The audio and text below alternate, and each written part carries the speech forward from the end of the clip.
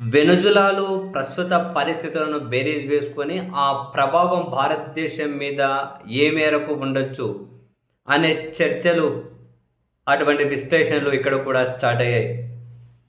సరే, అమెరికా దుర్మార్గపు చర్య తర్వాత వెనిజులా మీద సైనిక చర్య, 150 యుద్ధ విమానాలు వెళ్ళి అక్కడ అధ్యక్షుని ఎత్తుకొని అమెరికాకు తీసుకొచ్చిన దుర్మార్గమైన చర్య తర్వాత అక్కడ ఉపాధ్యక్షురాలు వెనిజులా అధ్యక్షురాలు అయ్యారు. సరే, ఇప్పుడు ఈ పరిణామాలు ఏ విధంగా ఉండొచ్చు?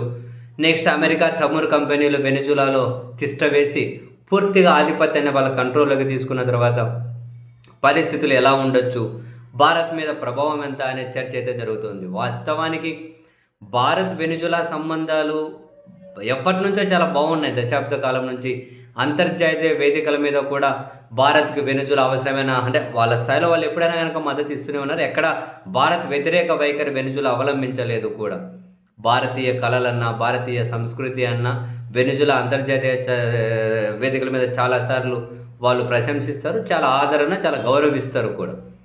1968లో అప్పుడు మన ప్రధానమంత్రి ఇందిరాగాంధీ గారు వెనిజులాలో పర్యటించిన తర్వాత అక్కడ వెనిజులాలో భారత రాయబార కార్యాలయాన్ని కూడా ప్రారంభించారు. సంబంధాలు బాగున్నాయి.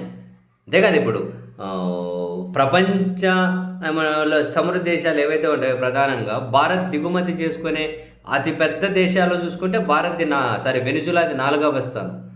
భారత్ దిగుమతి చేసుకునే చమురు దేశాల్లో వెనిజులాది 4వ స్థానం.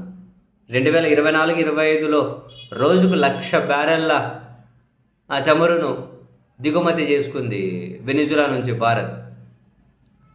సో వెనిజులా మీద అమెరికా దారుణమైన ఆంక్షలు ఉన్నాయి, అయినా కూడా భారత్ కొంతవరకు కొనగలిగింది. ఇక్కడ మన కంపెనీస్ అక్కడ వెనిజులాకి వెళ్ళి అక్కడ చమురును శుద్ధి చేసి అక్కడ పెట్టుబడులు పెట్టాయి కూడా. రిలయన్స్ లాంటి వాళ్ళు చమురును దిగుమతి చేసుకుంటూ ఉన్నాం వెనిజులా నుండి. అయితే ఈ క్రమంలో అక్కడ ఆంక్షలు, అక్కడ పరిస్థితులు ఇవన్నీ కనుక కాంప్లికేటెడ్ అయితే మనకు భారతదేశానికి కనీసం ఒక $10 బిలియన్ ఖర్చులు పెరగచ్చు. సో వెనిజులా ప్రభావం భారతదేశం మీద కాస్తో కూస్తో లేకుండా అయితే ఖచ్చితంగా ఉండదు.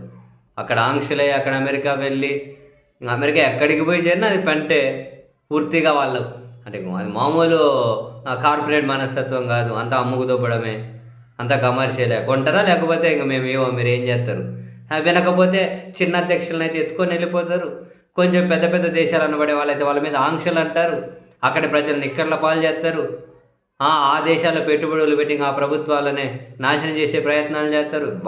సరే, ఎప్పుడు ఈ కుట్రలు, కుతంత్రాలు.